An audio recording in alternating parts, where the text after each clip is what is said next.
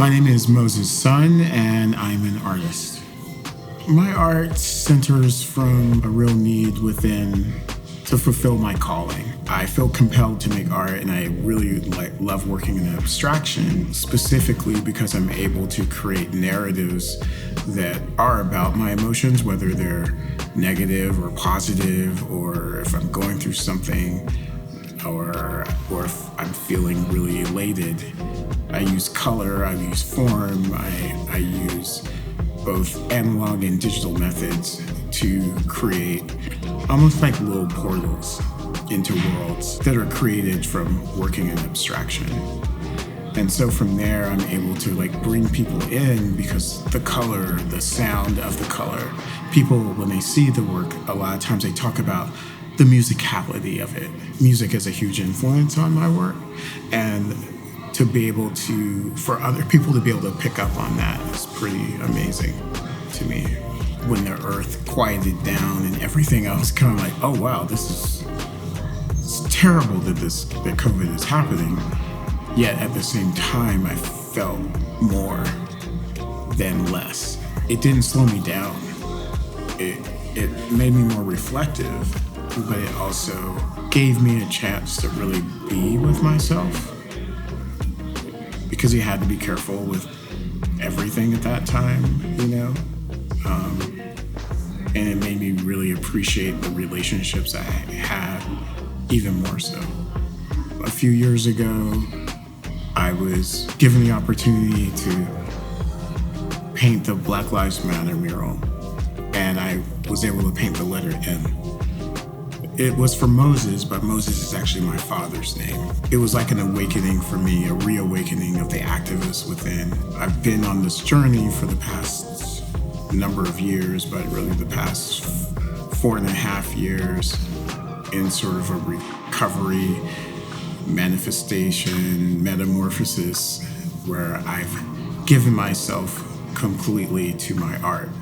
So I'm not a full-time artist, I'm an all-time artist, because it doesn't turn off for me at all. I realize this now. It's important for me to be part of multiple communities, mainly because that's just how I was raised.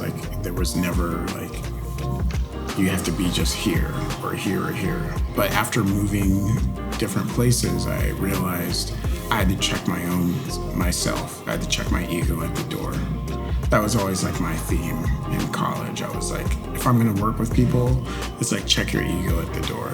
Late June of 2018, I was involuntarily committed to a psychiatric hospital for 21 days. So I went in needing help, but came out worse than when I went in. And so then that's when I had to take 2 years off from any sort of corporate anything. And I went from being a very social, inviting, always having dinner parties, hosting people, to being zero. I can count on my hand now, the number of times I've actually cooked for other people. And before, that was just my normal. It was just to have lots of people over and always making dinners or breakfast or brunch or this or that. Food was my way to bring people together. A couple of years later, when I got asked by Greg from Mom to curate an exhibition, I realized curating for me is a practice of gratitude. And from there, that's the new table I set. Either my solo shows or group shows that I may do, or that's turned into the new dinner party that actually extends way past me, and I'm not the center. It's the art and the artists are the center. I've been able to be, like I said, an all-time artist and feed myself through my creativity. What that's done is deepen my faith in it being my calling, and being available to people, being open to new experiences. And the more I do that, the more expansive my practice gets, the more expansive my ideas get, the less fear I have around like trying something new. The majority of artists do not have what they need.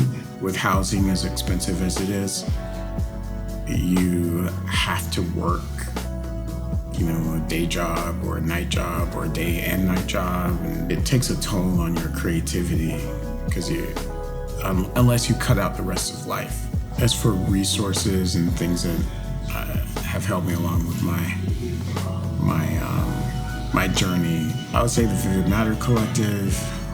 I would say really friends that I've had for a very long time that I now collaborate with. My daughter is the biggest inspiration. It's more of a quilt than it is like one group or one thing of people. It's like we're all sewn together by a certain common ground around creativity, especially. So that makes this like wonderful quilt that I can just put on and get snuggled. I would say the most important thing about my art practice is that I experiment and I practice. Practice. I was talking to Gary Hammond, a saxophonist from here, a few years back. I met him one Sunday and we were talking. He goes, "Yeah, I practice every day, 3 to 4 hours a day. If you hear a horn, that's me, And I was like, wow. And there was something about the way he said it that just sat in me. And I was just like, oh yeah, practice. Whether if I'm on my phone doing a video or animation, or if I'm working on a large scale piece, or I'm just doodling or writing in my journal or just daydreaming, it's just like, it's all part of it. Or even cooking, it's all part of the map to continue this evolution and metamorphosis I'm currently in.